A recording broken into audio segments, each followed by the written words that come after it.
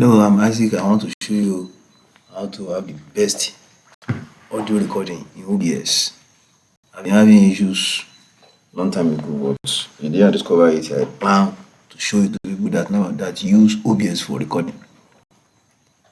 The videos are very good, but the audio is bad. All you need to do is just come here. You can see the mic and the desktop audio. Right click on this, go to properties. Formally, you will see something like this. Just increase it. You can increase this to this is my maximum, or you can change it.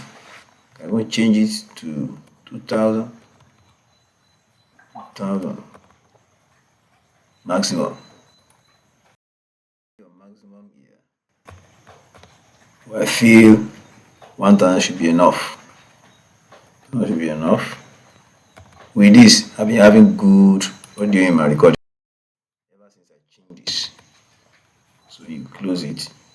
Instead you come here to navigate, don't forget advance, see here, or you come here, see setting symbol here, same thing. Also, it's not more than this. Very easy, and you're going to have the best audio recording when you're capturing using OBS. Thanks for watching.